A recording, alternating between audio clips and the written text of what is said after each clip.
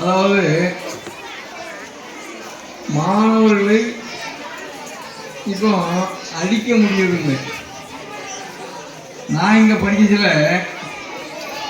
ஆசிரியர்கள் என்றாலே ரோட்டில் ஒரு கொம்பை தூக்கிட்டு தான் வருவாங்க, கொம்பை தூக்கி ஆட்டிக்கிட்டு வருவாங்க.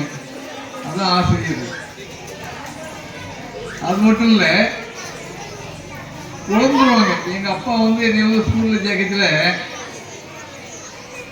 கண்ணை மட்டும் வச்சுட்டு மிச்சம் தோல்லாம் உரிச்சுட்டு நான் கேட்க மாட்டேன்னாங்க. கண்ணை மட்டும் விட்டுட்டு மிச்சத்தெல்லாம் உரிச்சிருக்கீங்க, நான் கேட்க மாட்டேன்னு சொன்னாங்க. இன்னைக்கு அப்படி சொல்ற பெற்றோர்கள் யாராவது இருக்கீங்களா? அப்படி ஒரு பெற்றோர்கள் இன்னைக்கு இல்லை.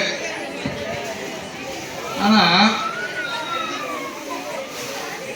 மாணவர்களுடைய வளர்ச்சி என்பது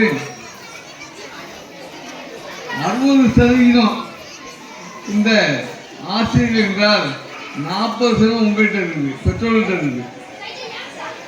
நீங்களும் அந்த பிள்ளைகளை படி படி படித்தாதான் நீ அப்படி ஆக முடியும் இப்படி ஆக முடியும் என்கின்ற ஒரு சூழ்நிலையை உருவாக்கி காட்டணும்.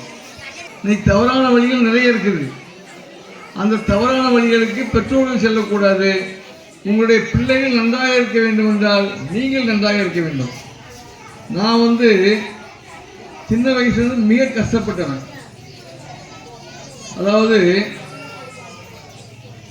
என்னுடைய கணக்காசிரியர், நானும் அற்பமாக கணக்கு போடுவேன். அவர் கிளாஸ் ரூமில் வந்துட்டாருன்னா